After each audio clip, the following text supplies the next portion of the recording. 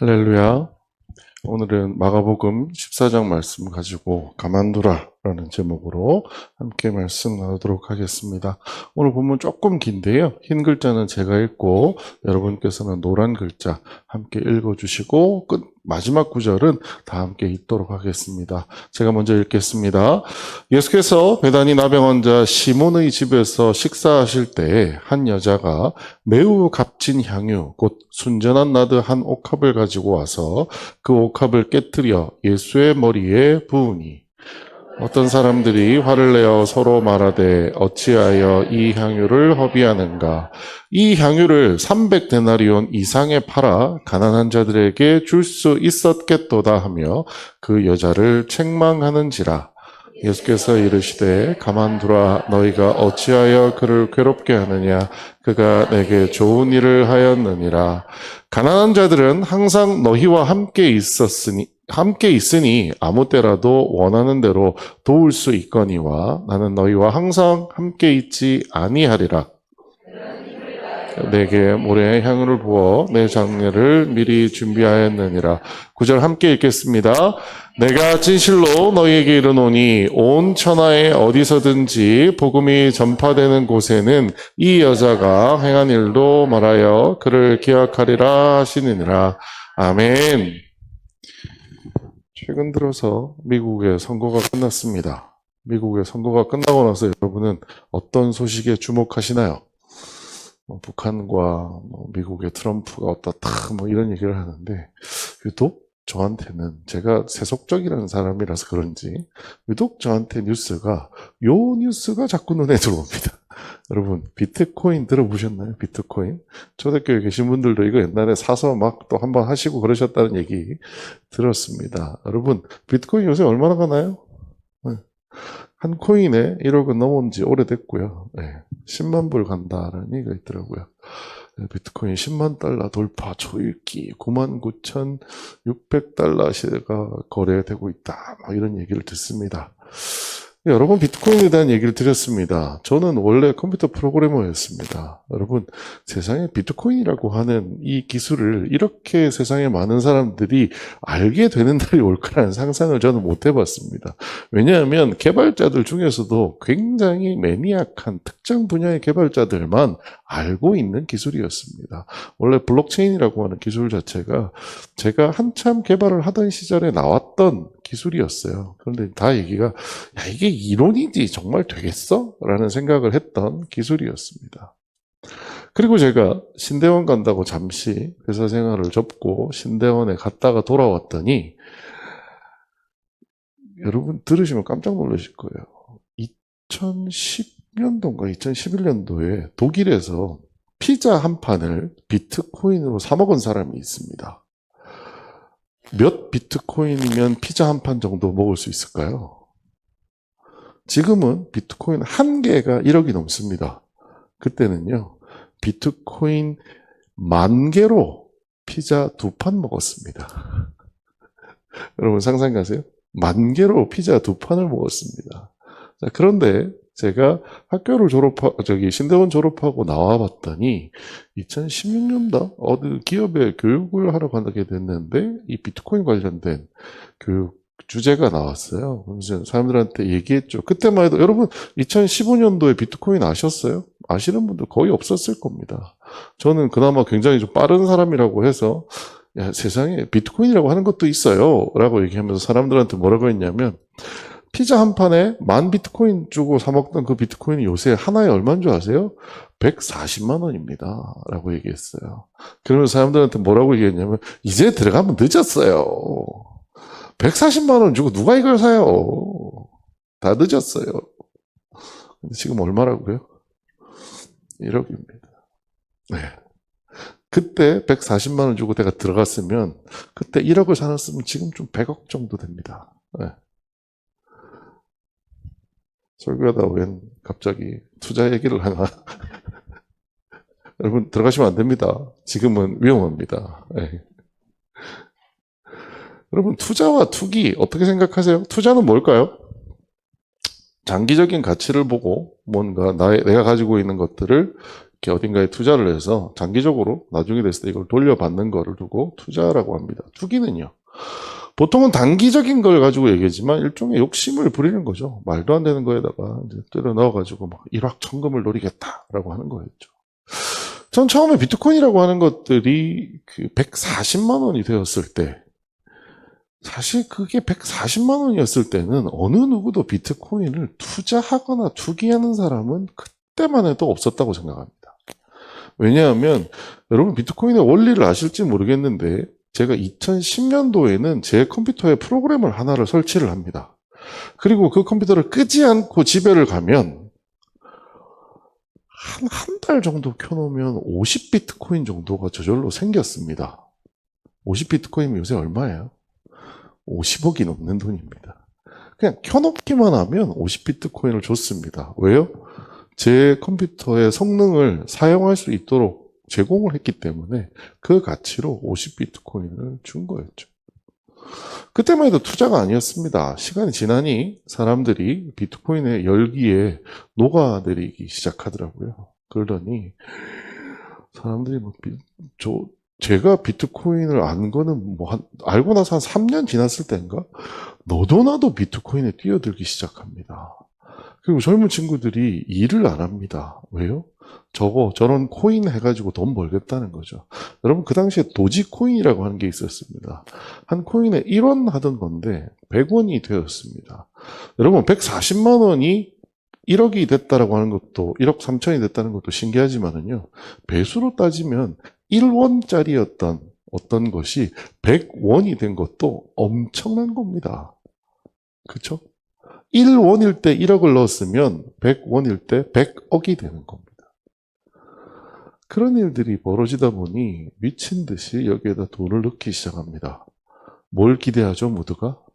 일확천금을 꿈꾸는 거죠. 그런데 여러분 가만히 한번 생각해 보시고요. 이 코인이라고 얘기하는 게 실제 그 코인의 가치가 있나요? 없습니다. 주식은 조금 다릅니다. 주식은 기업의 어떤 매출이라든지 여러 가지 기업의 이익들과 연동이 되기 때문에 주식 한 주가 갖는 가치가 있을 수 있습니다. 왜냐하면 배당을 받기 때문이죠. 하지만 코인은 사실상 아무것도 없습니다. 무슨 얘기냐? 누군가가 1억을 벌었다는 얘기는 무슨 얘기예요? 반대로 얘기하면 누군가는 1억을 잃었다라는 겁니다. 그런데 그 시장에 미친 듯이 사람들이 뛰어가는 모습을 보면서 제정신인가? 라는 생각을 한 적이 있습니다. 제가 비트코인에 대해서 관심을 가지고 아직까지도 이 비트코인에 대해 생각하는 이유는 2015년도, 6년도쯤에 제 얘기를 듣고 비트코인을 사신 분이 있습니다. 계속 들고 있었으면 지금쯤 떼부자가 됐을 텐데 이분이 참지 못하고 중간에 팔았다가 했다가 이래가지고 사실 그분한테 미안해서라도 비트코인 시세는 항상 보고 있습니다. 제가 알고 있기로는 현재 마이너스입니다. 2015년도인가 샀는데 현재 마이너스인 사람이 여러분 존재할까라는 기대를 상상이 안 가시죠? 2014년도 여러분 비싸게 샀으면 200만 원입니다. 지금은 1억이 넘는데 그런데도 사람이 투기라고 얘기하는 건 내버려 두지를 못하더라고요. 샀다가 팔았다가 어떻게 자기 나름의 뭔가 계산하는 공식을 가지고 샀다 팔았다 하다가 제가 알고 있기로는 지금 마이너스인 걸로 알고 있습니다. 여러분 어떠세요? 뭔가 투자해 보신 적 있으세요? 혹은 사실 우리한테 있어서 그러니까 이론적인 투자와 투기는 다릅니다만 사실 우리는 다 어떤 마음으로 투자를 해요? 투기하는 마음으로 투자합니다. 그렇지 않나요? 내가 100만 원을 넣으면 200만 원이 되겠지. 여러분 100만 원 넣고 200만 원 되는 일 거의 없습니다. 실제 여러분 주식하면 무릎에서 사서 어깨에서 팔으라고 하잖아요. 끼케야 10% 수익 거둬도 많이 얻은 겁니다. 네. 근데 우리는 대부분 투자가 아니라 그러니까 투기하는 마음을 가지고 투자 시장에 들어가다 보니 투자의 결과가 더디게 나와서 답답해하는 경우들을 종종 보게 됩니다. 투자와 투기에 대한 얘기를 드리는 이유가 사실은 이 이야기를 드리기 위해서였어요. 어느 날 회사를 다니는데 제 동료 직원이 보통 그게 벌써 한 10년, 15년 전의 일인데요. 15년 전에는 전날 휴가 낸다라고 하는 건 상상할 수 없는 일입니다. 그런데 오늘 휴가를 내면서 매일 휴가를 간다라는 거예요. 그러면서 주변에 있는 사람들한테 막 양해를 구합니다. 아, 미안해요. 내일 제가 정말 급한 일이 생겨가지고 휴가를 꼭 내야 됐어요. 그래서, 아, 누가 다치셨어? 병원 가야 돼? 뭐, 아, 그런 게 아니라 정말 급해요. 제가 지금 갔다 와서 얘기 드릴게요. 라고 얘기하는 거예요. 다음날 휴가를 갔다가 그 다음날 이 친구가 출근을 했습니다. 대뜸 저를 보고 뭐라고 얘기를 하냐면, 교회는 정말 왜 그러는 거예요? 휴가 갔다가 대뜸 출근해서 저한테 교회는 정말 왜 그러는 거예요? 라고 저한테 짜증을 버럭 내는 거예요. 그래서 야, 왜? 무슨 일이 있었길래? 뭐 교회에서 무슨 일이 있었어? 그랬더니 이 친구가 휴가 낸 자초지종을 설명해 줍니다. 왜 휴가를 냈느냐? 시어머니께서, 자기 어머니가 아닙니다. 시어머니께서 교회에다가 5층짜리 건물을 헌금을 하셨대요. 그러니까 그 휴가 내야 한다는 날 그 사실을 알게 된 거예요. 어머니가 5층짜리 건물을 헌금했다. 형제가 둘인가 셋인데 셋이 다 전화해가지고 야, 내일 그 교회로 당장 쳐들어가자. 그래서 휴가를 다 낸 거예요. 그리고 휴가를 내고 그 교회로 다 쳐들어간 겁니다. 그래서 뭐 하겠어요? 목사님한테 내놓으세요. 내놓으세요. 우리 어머니가 제정신이 아닙니다. 우리 어머니가 제정신이 아닙니다. 내놓으세요. 내놓으세요. 목사님은 내주셨을까요? 안 내주셨을까요? 결국 졌답니다. 결국은. 그런데 하루 종일 싸웠대요. 왜냐하면 어머니가 와 있었대요. 자기 자녀들이 온다는 걸 알고 그 어머니가 목사님을 이미 만나고 있었던 거죠. 목사님, 절대로 주시면 안 됩니다. 결국은 그때 자꾸 그러니까 결국은 내주셨대요. 근데 그 과정이 이 형제들은 짜증이 났다라는 거죠. 자초정의 얘기를 들어봤습니다. 도대체 뭐가 어떻게 됐길래 그 어머니가 뭐 돌아가실 날을 받은 거야? 뭐야 갑자기 무슨 생각이 드셔가지고 건물을 헌금하신 거야? 그랬더니 알고 보니 재력가도 이런 재력가가 없었어요. 뭘 하나 가지고 있는 게 아닙니다. 여러 개를 건물을 가지고 계신 분이셨어요. 자녀들한테 건물을 주면 자녀들이 일을 안 한다고 그 시어머니가 건물을 다 들고 계세요. 그리고 뭐만 했느냐? 그 건물에서 나오는 저거 뭐지? 월세?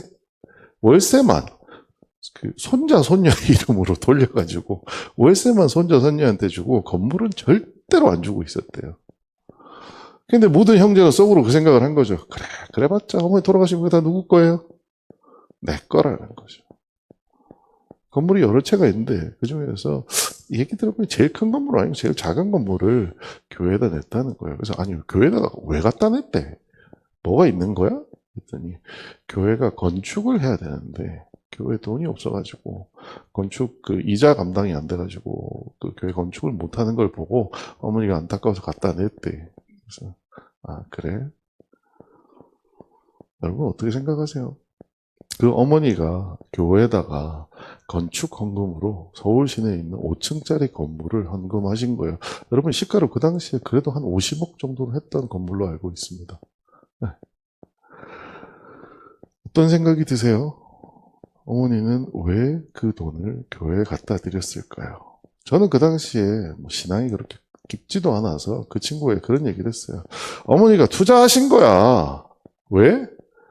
아까 하나님한테 그렇게 헌금하면 누가 잘 되겠어? 어머니가 곧 돌아가실 거고 당신들 잘 되라고 어머니가 투자하신 거 아니겠어? 뭔 모르고 저는 그런 소리를 했습니다. 그 당시에는. 여러분 어떤 생각이 드세요? 그런 헌물은 어떤 이유에서 드려진 걸까요?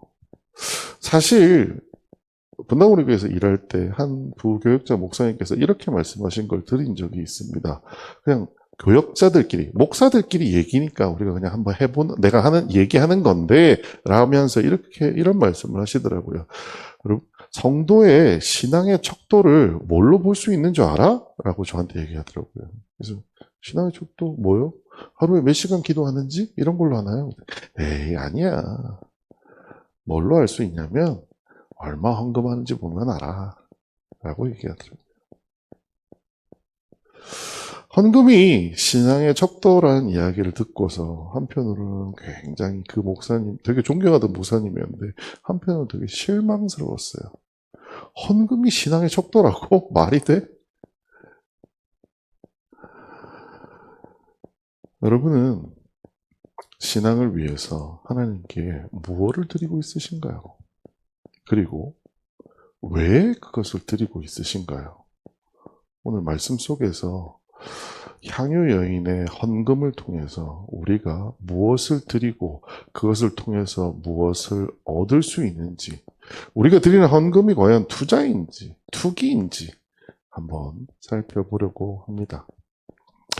오늘 말씀은 너무나 유명한 말씀입니다. 다 아실 거예요. 예수께서 베다니 나병 환자 시몬의 집에서 식사하실 때 한 여자가 매우 값진 향유 곧 순전한 나드 한 옥합을 가지고 와서 그 옥합을 깨뜨려 예수의 머리에 부으니, 여러분 기억하실지 모르겠습니다만 저희가 마가복음 쭉 해오고 있는데요. 13장까지가 뭐냐? 13장이 예언서 같은 종말에 대한 얘기를 예수님께서 말씀하신 거예요. 12장은 뭐였나요? 예루살렘에서 성전을 회파하시고 다시 이제 돌아오셨을 때 이야기입니다. 그리고 오늘이 3절부터고요. 1절과 2절에 무슨 얘기가 있었냐? 6월절이다.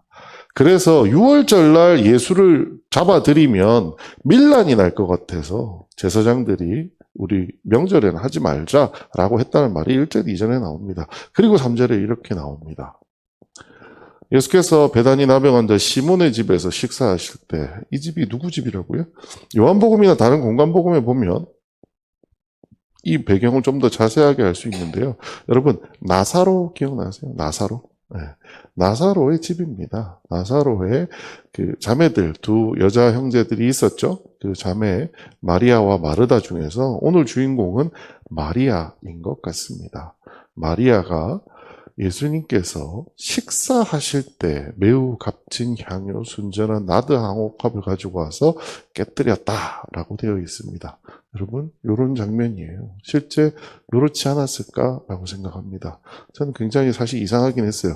아니, 여러분, 밥 먹는데 머리에다가 이게 이상하지 않나요? 도대체 왜 그랬을까요? 밥 먹는데. 네. 밥 먹는데.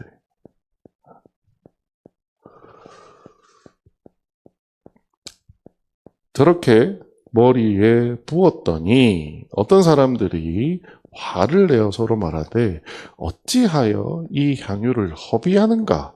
이 향유를 300데나리온 이상에 팔아 가난한 자들에게 줄 수 있었겠도다 하며 그 여자를 책망하는지라.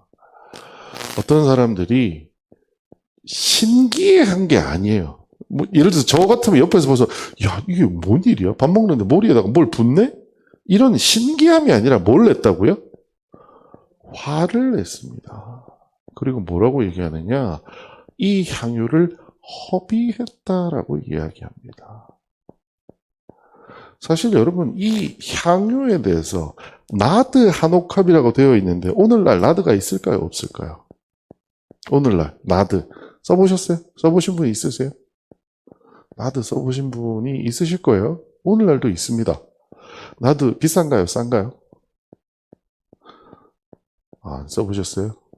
저도 써본 적은 없습니다만 설교 준비하다가 인터넷 가서 찾아봤습니다. 나드가 실제 존재하나 했더니 성경에 나온 그 나드예요 라고 하는 게 파는 게 있습니다. 근데 5ml 5ml에 15만 원 정도 합니다. 5ml에 나드 한 옥합 정도가 되려면 최소한 1리터 정도가 됩니다. 그러면 200배가 되는 거겠죠. 오늘날 가치로 따져보면 300만 원이 넘는 금액이 들어갑니다. 굉장히 귀한 향유라고 해요. 그 당시에 300데나리온의 가치가 있었다는 이야기는 300일 동안 일한 일당이라는 거예요. 300일 동안 일한 일당, 요즘으로 따지면 얼마예요? 연봉입니다, 연봉.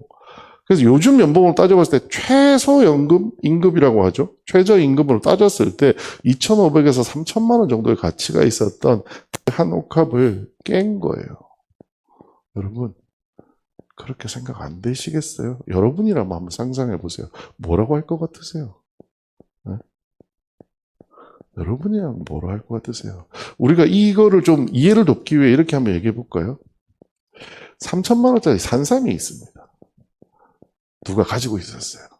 그랬는데 우리 원로 목사님 건강이 안 좋으시니까 원로 목사님 건강을 위해서 3,000만 원짜리 산삼을 엄마가 갖다 드린 거예요. 목사님 드세요. 아들이 옆에서 보고 난리가 났습니다. 엄마가 먹지!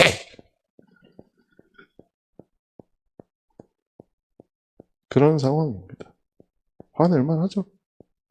여러분 생각이 어떠세요? 물론 여기에서 우리는 저 사람이 누군지 알고 있습니다. 누구예요? 가룟 유다입니다. 가룟 유다. 화를 낸 예수의 제자가 누구냐? 가룟 유다입니다. 가룟 유다가 뭐 하던 사람이었냐? 돈 관리하던 사람이었습니다. 그러다 보니 이문에 밝아서 이런 얘기를 했다라고도 하지만 누가복음인가 찾아보면 나옵니다. 도둑놈이라서 그런 거라고. 여러분은 어떻게 생각하세요? 이 마리아가 예수님 머리에 3,000만 원짜리 무언가를 그냥 쏟아 부어버린 겁니다. 그거를 그대로 가져다가 누군가에게 팔면 3,000만 원이라는 돈이 생깁니다. 여러분 3,000만 원이라는 돈이 생기면 한 끼에 1,000원이 없어서 굶어 죽는 사람이 많은 세상에 3,000만 원 가지고 만들면 10,000명, 30,000명을 먹일 수 있습니다. 그런데 그걸 예수님 머리에 깨어버린 거예요. 여러분 화낼만 하지 않나요? 어떻게 생각하세요? 저거 가지고 저 가난한 사람 보태줬으면 얼마나 많이 될 텐데. 여러분, 그런 것 실제 많이 만나보지 않으세요? 그 열심당원인 가룟 유다 눈에는 아니요, 그가 마음에 나쁜 생각했다는 걸 다 치우자고요. 그리고 우리가 그 상황에 있었다고 하더라도 저 같은 여러분 MBTI 아시는지 모르겠지만 저는 MBTI의 그 세 번째 특성이 T입니다. T. 오죽하면 T라서 미안해 이런 소리가 나올 정도로 굉장히 차갑고 이성적인 사람들을 T라고 합니다.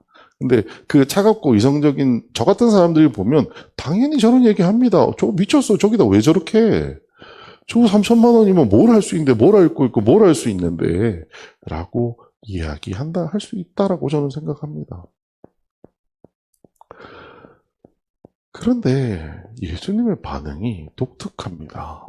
예수께서 이르시되, 가만두라. 너희가 어찌하여 그를 괴롭게 하느냐.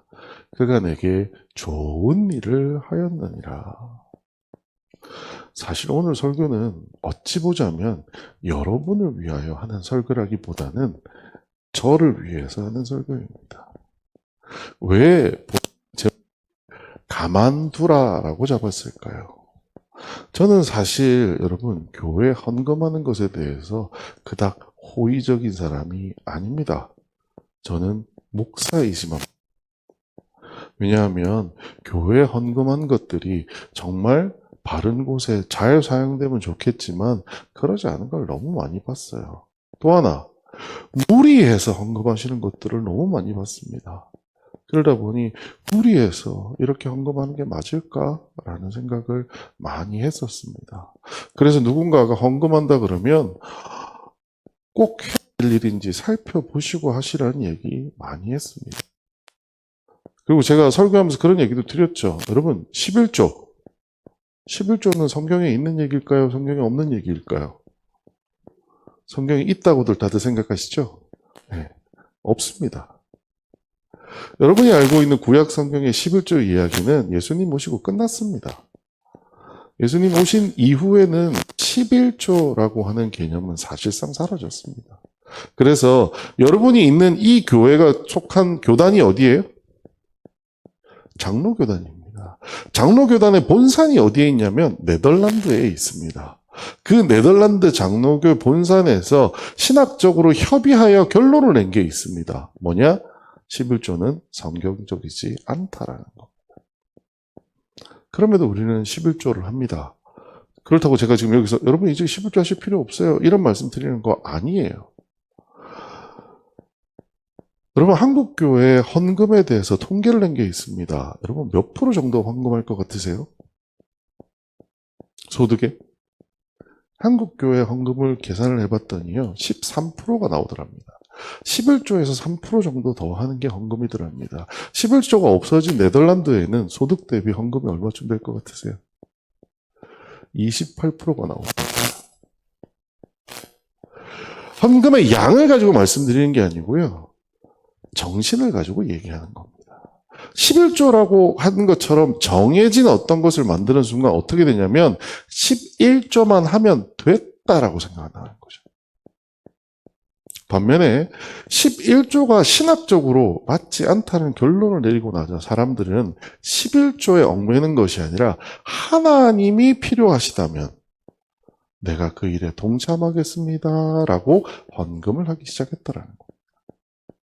그래서 저는 헌금을 하는 것에 있어서만큼은 충분하게 각자의 성도들에게 자율성을 주되 지나친 헌금에 대해서 왜요? 아까 처음에 제가 말씀드렸잖아요. 저희 회사 동료의 시어머니가 그렇게 하셨다는 얘기를 듣고서 너무 한 번 또 학을 떼가지고 헌금 너무 많이 하시는 분들한테는 생각 좀 하시고 하세요 라는 얘기를 했던 게 사실 저의 상황이었습니다. 그런데 오늘 본문을 읽는데 예수님께서 말리는 가룟 유다를 향해서 뭐라고 얘기하세요? 예수께서 이르시되 뭐라고요? 가만두라. 가만두라. 이 본문 준비하면서 하나님께 저는 회개했습니다. 하나님, 제가 뭘 안다고, 제가 뭘 그냥 신학 좀 하고 성경 좀 읽었다고 사람들한테 헌금이 어쩌고 저쩌고 한 게 하나님 너무 죄송하고 잘못했습니다. 라는 기도를 했습니다. 예수님 뭐라고 한 줄 아세요? 가만두랍니다. 물론 속아서 하는 거라면 예수님도 혼내셨습니다. 여러분 기억하세요? 마가복음 12장에서 그 바리새인들과 서기관들을 통해서 어느 과부가 자기 가진 모든 것을 내미는 걸 보면서 예수님은 사실 화내신 거라고 제가 말씀드린 적이 있습니다. 하지만 자기의 본 마음을 가지고 하나님께 드리는 것은 가만두라는 겁니다. 감히 우리가 알고 있는 잣대를 가지고 이거 잘된 거다, 잘못된 거다라고 말하지 말라는 겁니다. 어떤 기준에서냐면 너희가 어찌하여 그를 괴롭게 하느냐? 그가 무슨 일을 했다고요? 내게 좋은 일을 했기 때문이라는 거예요. 오늘 우리는 이 말씀에 주목해야 됩니다. 여러분, 이 나드 하노캅은요, 이 여인의 1년치 연봉입니다. 어찌 보자면 남자들의 연봉이었으니까 이 여자에게는 1년이 아니라 10년을 일해도 못 버는 돈이었을 수도 있습니다. 그 돈을 이 여인이 그 귀한 것을 왜 예수님 머리에 깼냐라는 거예요. 여러분 그 현장에 우리가 있었다고 한번 생각해 보시죠. 예수님 지금 어떤 상황이에요? 내일 모레면 십자가에 달려 돌아가실 겁니다. 그 상황에서 유월절을 만났습니다. 예수님께서는 제자들에게 설교를 하실 겁니다. 유월절 설교 뭘 할까요? 유월절이 무슨 날이에요? 건너간 날이잖아요. 지나간 날. 왜 지나갔어요? 어린 양의 피를 문설주에 발랐더니 지나간 날입니다. 그 어린 양이 누군데요? 이제 예수님이 될 거라는 거예요. 예수님께서 돌아가신다는 얘기를 했습니다. 그랬더니 이 여인은 예수님, 차마 그 앞에서 그러시면 안 돼요 라고 말을 하는 게 아니라 누가 그랬죠? 베드로는 그랬습니다. 그러면 안 돼요 라고 했더니 사탄아 내 뒤로 물러나라고 하는 소리를 들었잖아요. 베드로의 반응은 뭐였어요? 예수님 그러시면 안 돼요. 왜요? 내가 알기로는 예수님 그럼 모르는 거 아니에요 라고 베드로는 예수님을 가르치려 들었어요. 그런데 이 마리아는요, 예수님이 돌아가신다는 말에 아무런 대꾸하지 않습니다. 그리고 뭐 했어요? 내가 가지고 있는 가장 귀한 것으로 예수님 머리에 이 나드 한 옥합을 깨뜨려 드리는 겁니다. 왜요? 왜 이거를 드렸을까요? 이것을 투자하면 나중에 엄청난 것을 얻을 수 있으니까요. 이 향유의 여인 마리아는 투자하는 마음으로 혹은 투기하는 마음으로 이것을 예수님께 깨뜨려 드렸을까요? 아닙니다. 그 여인에게는 1년치 연봉보다 누가 더 좋아요? 예수님이 더 좋은 거예요. 돈이 지배하는 세상이 되면 가치가 평준화된다고 얘기합니다. 그 여인에게는 돈과 바꿀 수 없는 가치인 예수님이 있었던 겁니다. 여러분 한번 생각해 보죠. 지갑이 있습니다. 에르메스예요. 3천만 원짜리 지갑이라고 합니다. 여기에 또 다른 지갑이 있습니다. 브랜드도 없습니다. 다 찌그러졌습니다. 그런데 우리 아버지가 평생을 나를 위해 일하시면서 사용했던 지갑이에요. 어떤 지갑이 더 가치가 있을까요? 3천만 원짜리 에르메스예요? 아니면 우리 아버지 유품 같은 이 지갑이에요? 돈에 찌들어진 가룟 유다와 같은 사람들은 금액으로, 가격으로 이것을 따지기 시작합니다. 에르메스의 지갑은 3천만 원이고요. 너가 아버지 지갑 그 길거리 갖다 팔아도 10,000원도 못 받는데? 라고 비교할 거예요. 그래서 지금 가룟 유다는 뭐라고 얘기하나요? 가난한 사람을 나눠줬으면 좋았을 텐데. 하지만 그 여인에게는 예수님은 프라이스리스, 한없이 귀한 존재였다라고 하는 것을 자기가 가지고 있는 가장 귀한 것을 드림으로 표현했던 것입니다. 여러분, 그렇게 그 여인이 드리고 났더니 예수님께서 그 여인의 행동을 이렇게 해석해 주십니다. 우리 같이 한번 읽어보겠습니다. 시작.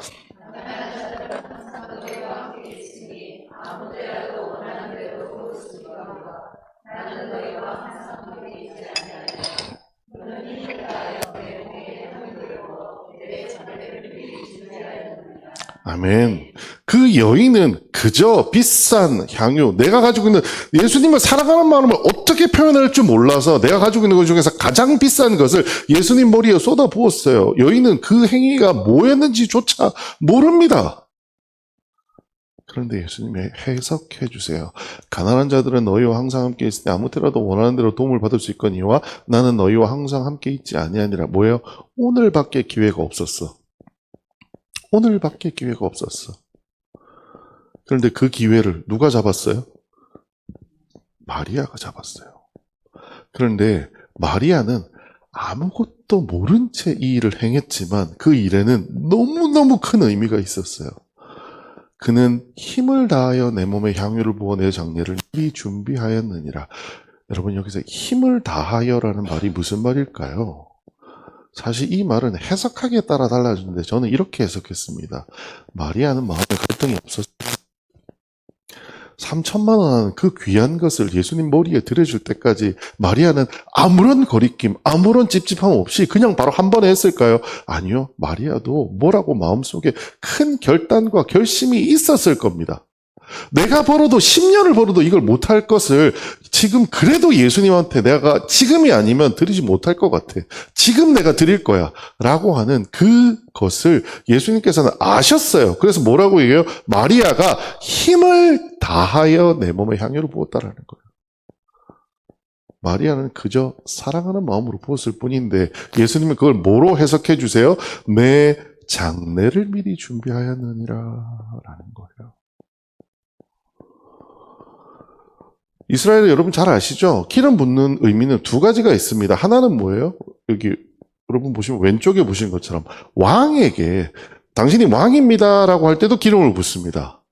반대로 오른쪽에 시체가 썩으면 냄새가 나잖아요. 그 냄새 나지 말라고 바르는 것이 향유였습니다. 이 여인은 정말 공교롭게도 예수님이 메시아로 선언되는 그 출발점에 그 행위를 이 여인이 한 겁니다. 이제 예수님은 누구세요? 메시아라고 공식적으로 선언이 된 겁니다. 왜요? 머리에 기름을 부으면서. 사무엘이 다윗 머리에 기름 부었던 것처럼 이 여인이 자기는 그냥 예수님을 사랑해서 힘내서 일을 했을 뿐이지만 사실 그게 뭐가 됐어요? 예수님이 메시아로 출발하는 출발점의 의식을 이 여인이 한 거예요. 마치 이 여인이 사무엘과 같은 역할을 한 겁니다. 두 번째, 예수님이 스스로 입으로 말씀하셨어요.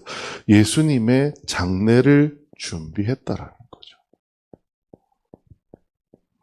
여인의 기름 부음은 왕의 도유식이자 십자가의 죽음을 준비하는 일이 되었습니다. 저는 이 마리아가 이걸 알고 했을 거라고 생각하지 않아요. 하지만 마리아는 그저 예수님을 사랑해서 했던 행동인데 예수님께서 그 행동을 다시 한번 해석해 주시는 겁니다. 그리고 이렇게 말씀하십니다.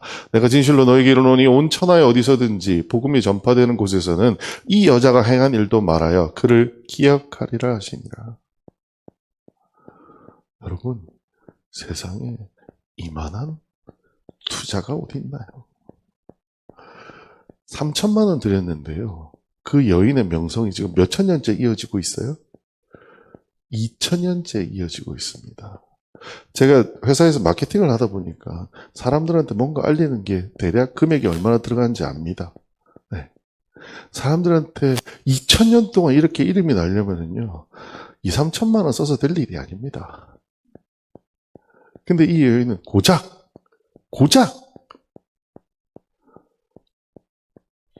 300데나리온. 고작 300데나리온을 들여서 우리가 생각하기에는 한 3천만 원 정도 되는 가치를 가지고 2000년이라는 시간을 사버린 거죠. 그것을 드리는 당신이 여인이 포기했던 것은 재정적인 안정과 미래를 포기한 걸 수 있습니다. 그 당시에는 이게 너무 커 보였겠죠. 하지만 그것에 대해서 여인이 얻은 것은 훨씬 더 큰 것을 얻었습니다. 그런데 한번 생각해 보자고요. 아까도 말씀드렸지만 여인이 그것을 원해서 기대해서 향유를 예수님 머리에 부었다고요? 아닙니다. 왜 예수님 머리에 부었을까요? 예수님을 그냥 사랑했어요. 예수님을 그냥 사랑해서 머리에 부었을 뿐입니다. 여러분은 무엇을 드리고 계신가요? 그리고 그것을 왜 드리고 계신가요? 혹시 무언가 기대하고 원하는 것이 있어서 하나님, 제가 100만 원 투자할 테니 200만 원으로 돌려주세요. 아니요, 좀 더 현실적으로 하나님, 제가 100만 원 투자할 테니 120만 원으로 돌려주세요. 여러분, 그러지는 않으실 거라고 생각합니다만 우리의 헌금 속에는 자칫 우리가 부주의하고 방심하면 그럴 수 있는 여지가 많이 있습니다. 하지만 하나님은, 예수님은 오늘 이렇게 말씀하십니다. 이 여인의 헌금이야말로 미래까지 기억될 헌금이라는 거예요. 왜요? 이 여인의 헌금은 기대하고 바라는 것이 없이 하나님을 사랑하는 그 마음을 도대체 어떻게 표현해야 될지 모르겠어서 한 일이 뭐예요? 밥 먹는 예수님 머리 위에다 갖다가 기름을 부어버린 거예요. 비싼 거를. 여러분은 이 여인만큼 예수님을 사랑하십니까? 저에게도 물어봅니다. 너는 예수님을 이렇게 사랑하니? 시간이 지나서 우리가 볼 때는 여인의 행동이 투자나 혹은 투기처럼 보일 수도 있습니다. 왜요? 결과적으로는 엄청난 것을 얻었으니까요. 하지만 우리는 그 당시의 여인의 상황으로 돌아갈 필요가 있다고 봅니다. 여인은 그저 사랑하는 마음, 그거 하나로 내가 가진 것을 드렸을 뿐입니다. 이유는요? 없어요. 하나님, 20% 돌려주셔야 돼요? 혹은 2배로 돌려주셔야 돼요? 하나님, 내 병 낫게 해주셔야 돼요? 이런 거 없어요. 하나님, 그냥 드릴게요. 왜요? 내가 예수님을 너무 사랑해서요.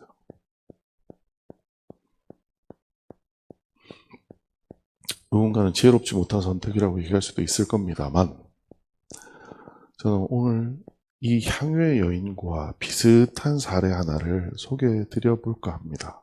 예전에 다른 설교를 하다가 이분에 대해서 설명을 드린 적이 있습니다. 1950년대 미국에 있는 여러분 MIT 이런 학교 하면 이름 다 들어보셨죠? 네. 그거만큼 유명한 학교입니다. 휘튼 대학교라는 곳을 수석으로 졸업한 짐 엘리엇이라고 하는 청년이 있었습니다. 이 청년은 하나님, 예수님을 너무 사랑한 나머지 휘튼 대학교 경제학과를 수석으로 졸업하고 나서 뭐 하기로 마음먹었느냐? 선교하기로 마음을 먹었습니다. 그리고 그가 파송받은 곳은 남미였습니다. 지금만 해도 남미는 그렇게 원주민이라고 해봤자 다 버스 타고 다니고 바지 입고 다닙니다. 근데 1950년대 남미는 정말 식인종 혹은 외지인들을 살해하는 원주민들이 더글더글하던 시절입니다. 이 짐 엘리엇 선교사는 1950년 휘튼 대학교를 수석 졸업하고 딱 5년 동안 선교 훈련을 받은 뒤에 4명의 친구들과 함께, 5명인가요? 네, 4명의 친구들과 함께 남미에 있는 아우카족 선교를 하기 위해 떠나갑니다. 비행기를 타고 가요. 비행기에서 딱 내립니다. 그게 1956년 1월 18일이라고 날짜까지 적혀 있어요. 선교하러 떠나왔어요. 총에 든 칼도 없고 총도 없고 아무것도 없고 성경책 하나 들고 간 이 짐 엘리엇 선교사 일행 5명은 1956년 1월 18일 날 아우카족에 의해 순교당합니다. 도끼에 찢겨 죽습니다. 여러분, 이게 무슨 말도 안 되는 소리예요. 미국의 그 훌륭한 대학교를 수석 졸업한 인재가 왜 이렇게 허비되어야 돼요? 만약에 그가 열심히 공부해서 훌륭한 목사님이 돼서 말씀을 전했다라고 해보죠. 얼마나 많은 사람이 돌아왔을까요? 하나님, 세상에 어떻게 이런 일이 있을 수 있어요? 더군다나 졸업하고 나서 이분은 결혼을 했습니다. 부인이 있고요. 자녀가 있습니다. 그 부인과 자녀가 졸지 하루아침 뭐가 됐어요? 과부와 합이 없는 자식이 되어버렸어요. 그런데 기적은 지금부터 시작이 됩니다. 이 아우카족에게 죽임을 당했던 짐 엘리엇 선교사의 부인과 아까 4명 더 보셨죠? 그 4명의 부인과 자녀들이 함께 비행기를 타고 아우카족에게 다시 갑니다. 사실 그때까지는 아무도 몰랐어요. 아우카족은 여자를 죽이지 않는답니다. 여자들이 가서 그 아우카족에게 가서 아무것도 없이 다시 들어갑니다. 여자니까 어떻게 해요? 죽이지는 않아요. 그들 속에서 생활을 하다가 엘리자베스 엘리엇이라고 하는 짐 엘리엇 선교사의 부인이 시간이 좀 지나서 서로 이제 말도 통하게 됐을 때쯤 얘기합니다. 몇 년 전 당신들이 도끼로 내려쳐 죽인 그 선교사가 내 남편입니다.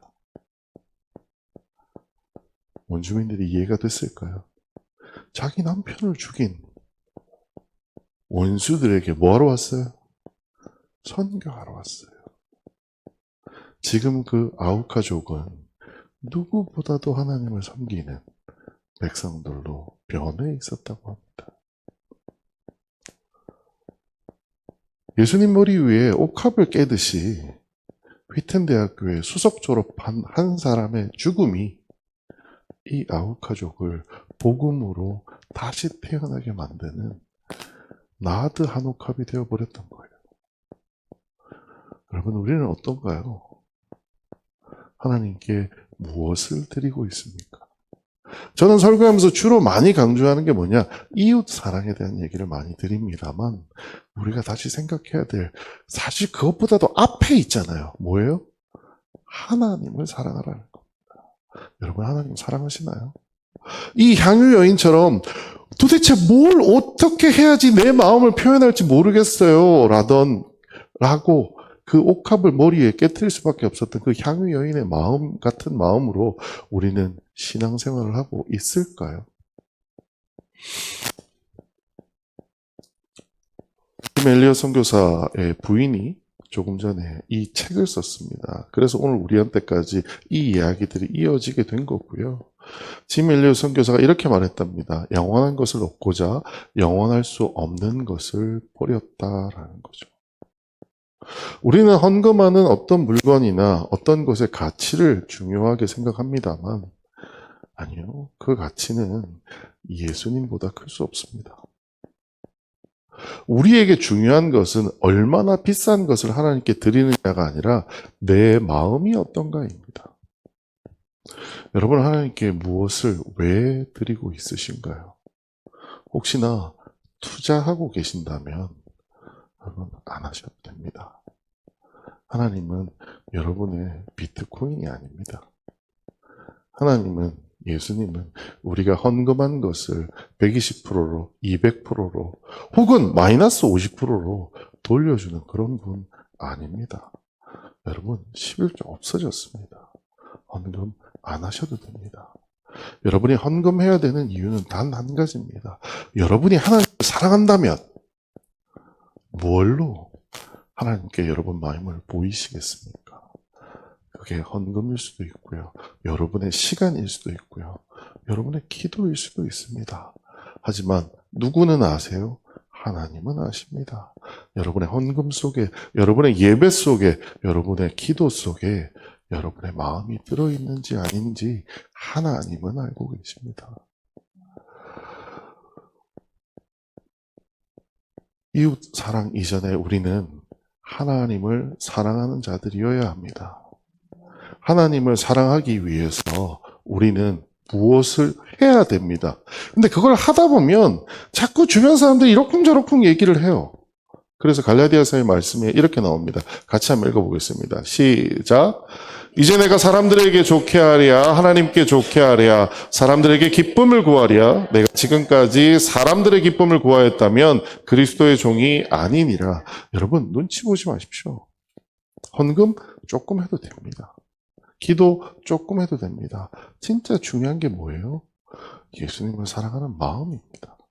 여러분 그 마음만 있다면 여러분이 헌금을 얼마를 하든 기도를 얼마를 하든 하나님은 그 마음 중심을 보십니다. 그래서 마지막에 하나님은 이렇게 해주십니다. 같이 한번 읽어보겠습니다. 시작. 우리가 알거니와 하나님을 사랑하는 자, 곧 그 뜻대로 부르심을 입은 자들에게는 모든 것이 합력하여 선을 이루느니라. 여인이 예수님 머리에 깨었던 향유 옥합은 여러분 말 그대로 낭비된 거예요. 인간의 눈으로 허비한 겁니다. 그런데 그걸 두고 예수님께서는 합력하여 이렇게 해석해 주신 거죠. 뭐라고요? 너는 메시아의 머리에 기름 부은 자야. 너는 메시아의 장래에 모략을 바른 사람인 거야. 예수님을 사랑하는 마음만 있다면, 그리고 예수님을 사랑하는 마음을 남 눈치 보지 말고 여러분 마음껏 표현하신다면 그 표현한 것들의 해석은 누가 해주세요? 예수님, 하나님이 해주십니다. 그리고 그 해석은 합력하여 선을 이루는 방향으로 이루어지게 되어 있다라는 거죠. 하나님께 드리는 것, 우리 다시 한번 생각해 보시죠. 무엇을 드리고 있으신가요? 많이 드리냐 적게 드리느냐? 여러분 그런 거 우리 고민하지 마시자고요. 무엇을 드리냐도 고민하지 말자고요. 드리기에 앞서서 우리가 스스로에게 더 물어봐야 될 것은 베드로에게 물으셨던 그 질문처럼 너희는 진짜 나를 사랑하느냐라는 그 예수님 질문에 우리는 뭐라고 대답할 거냐는 거죠. 베드로의 말씀처럼, 베드로의 대답처럼 내가 주님을 사랑하는 줄 주께서 아십니다라고 확실하게 대답할 수 있는 여러분들 되시기를 주님의 이름으로 부탁드리겠습니다. 기도하겠습니다. 지금은 우리 구주 예수 그리스도의 은혜와 하나님 아버지의 크신 사랑과 성령님의 감동 감화하심과 충만 교통하심이 오늘 함께 머리 숙여 기도하며 예수 그리스도를 진짜로 사랑한다고 고백하는 초대교회 성도들 머리 위에 영원토록 함께 있을지어다.